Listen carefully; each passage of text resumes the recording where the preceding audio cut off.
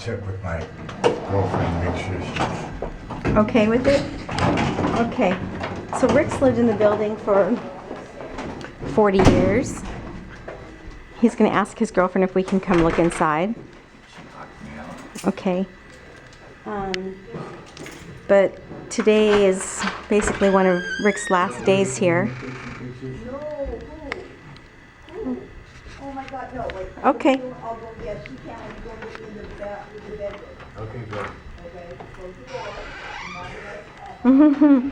She's going to go in the bedroom? Yeah. Okay. She's in pajamas or whatever. Are you going? Is she gone?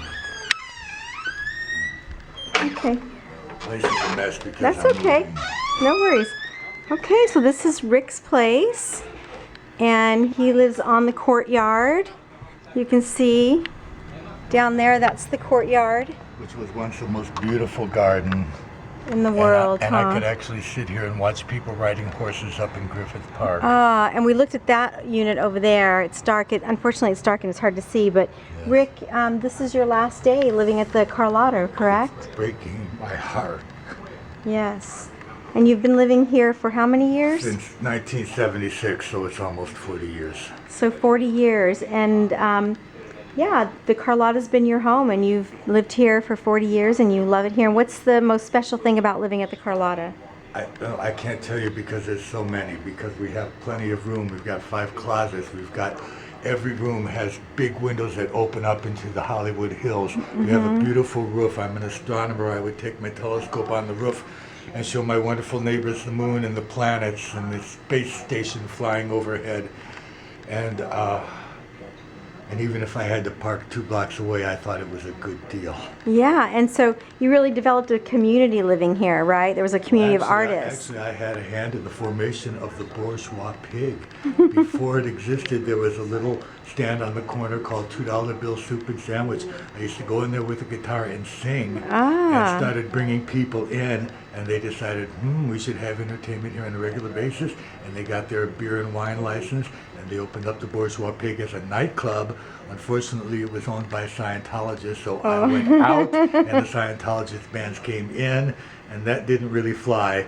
So they subdivided it, and it became the Planet and the Bourgeois Pig Coffee House. Okay, okay. Now, is this an original, Of course it is. an original chandelier there? Yes. So, you know, we really want to see the historical aspect of this building preserved. Yes. And I'm sure it's a very bittersweet thing that you're leaving. Well, I know that you did take the buyout, but when you took that buyout, it sounds like you really did it somewhat under duress. Oh, under a lot of pressure, because yes, legally I could have stayed here until December, and I would have only gotten $19,000, which is the legal minimum.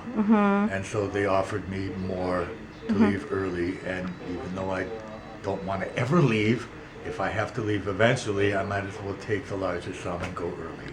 I understand. So you felt like you had to take that decision because Yes. you were going to be forced out anyway. And I love the neighborhood, so I moved across the street, and I now pay twice as much for half the space. And that must be very frustrating. It's horrible because it's more than I earn. Yes. Well, thank you for sharing a bit of your story with us. Okay, thank you.